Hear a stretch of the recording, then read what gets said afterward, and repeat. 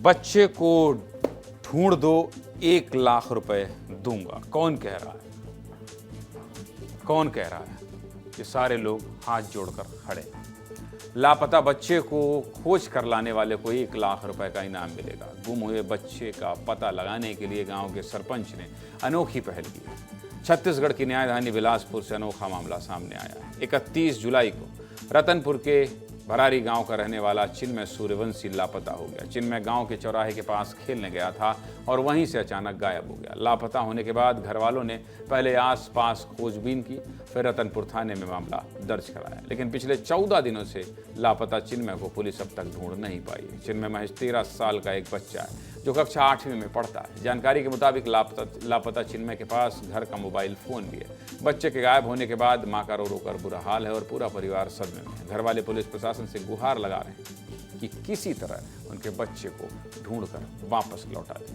परिजनों ने विस्तार न्यूज को बताया कि 3 तारीख को उनके पास एक कॉल आया था जिसमें बच्चे के उड़ीसा में होने की जानकारी मिली थी, जिसके बाद पुलिस ने टीम बनाकर जांच की बात कही थी। हमारे सहयोगी आशीष दुबे ने चिन्मय के घर वालों से बातचीत की है। जरा आशीष दुबे की रिपोर्ट देखिए।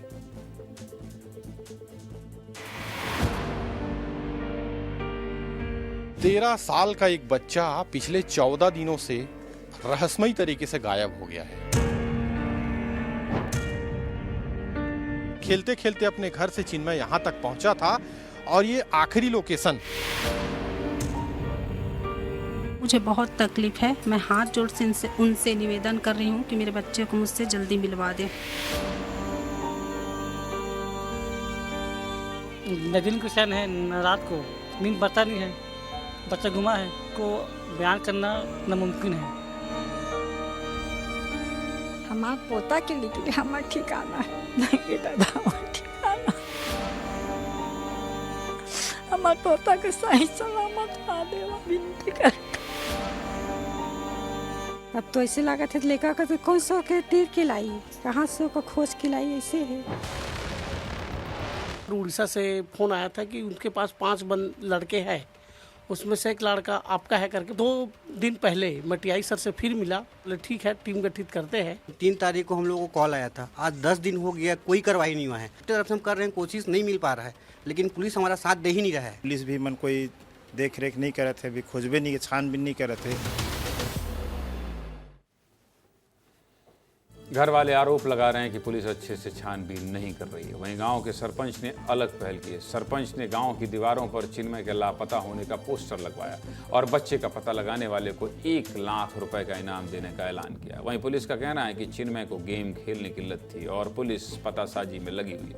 बच्चे को लेकर क्या कह रही है बिलासपुर की एसपी अर्चना झा और गाँव के सरपंच विनय शुक्ला, सुनिए।